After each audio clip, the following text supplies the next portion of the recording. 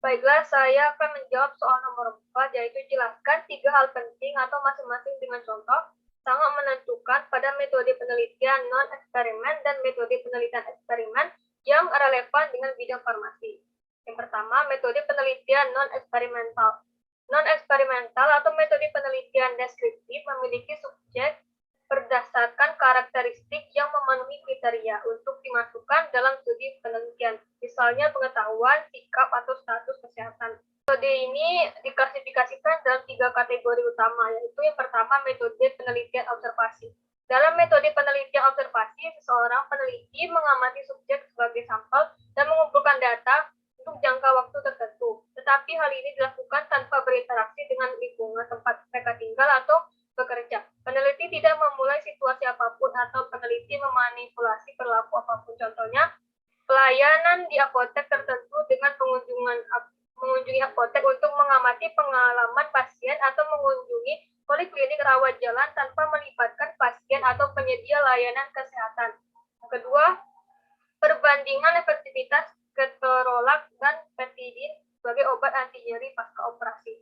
Selanjutnya, metode penelitian data yang diarsipkan. Metode non-eksperimental lain untuk mengumpulkan data adalah dengan menganalisis kumpulan data yang tersedia sebelumnya. Hal ini memungkinkan peneliti untuk menganalisis dan menafsirkan hubungan antara variabel yang menarik. Analisis data set merupakan metode yang populer untuk mencari kemungkinan jawaban peneliti terkait penggunaan obat, keamanan obat, dan peresepan nasional. Selanjutnya, ketiga, metode pengumpulan data atau survei. Penggunaan kuesioner dalam pengumpulan data adalah alat yang sangat berguna. Namun, hasil dari kuesioner hanya dapat valid jika dibangun secara tepat dan konsisten dan jelas. Metode ini murah dan cepat, tetapi risiko bias tidak dapat dikesampingkan dalam metode ini. Contoh, dalam survei pos, kuesioner dikirim dalam bentuk cetak ke individu ditargetkan meminta mereka untuk mengembalikan surat sebelum tanggal yang ditentukan. Prosesnya bisa lebih mahal, tetapi peneliti mendapatkan akses ke populasi yang lebih luas. Namun hal ini juga memiliki beberapa kelemahan, antara lain kurangnya dorongan karena tidak adanya interaksi tatap muka yang mengakibatkan tingkat respon yang lebih rendah. Selanjutnya, metode penelitian eksperimental. Penelitian eksperimental adalah suatu penelitian yang menjadi pengaruh antara variabel satu dengan variabel lainnya, dengan kondisi yang sudah ditentukan oleh peneliti. Ada 3, yaitu yang pertama, rancangan penelitian eksperimen pra-eksperimen. Penelitian pra-eksperimen adalah rancangan penelitian yang memanipulasi variabel bebas untuk mempengaruhi variabel terikat. Tidak ada variabel kontrol dalam penelitian. Contohnya, pengaruh pemberian jus timun terhadap penurunan darah pasien hipertensi di rumah sakit Rafflesia Bengkulu. Yang kedua, rancangan eksperimen sungguhan.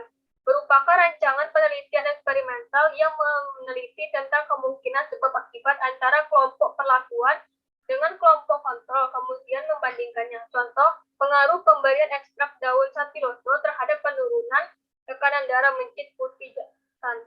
Yang ketiga, rancangan eksperimen semu adalah suatu metode penelitian yang digunakan untuk mengetahui hubungan sebab akibat tanpa randomisasi atau pengontrolan selama penelitian tidak terlalu ketat. Contohnya, pengaruh pemberian bunga rosella terhadap perubahan tekanan darah penderita hipertensi, tetapi dengan terapi katapel di desa Subang, Kecamatan Marebulun, Kabupaten Batanghari. Itulah hanya itu yang dapat saya sampaikan. Wassalamualaikum warahmatullahi wabarakatuh.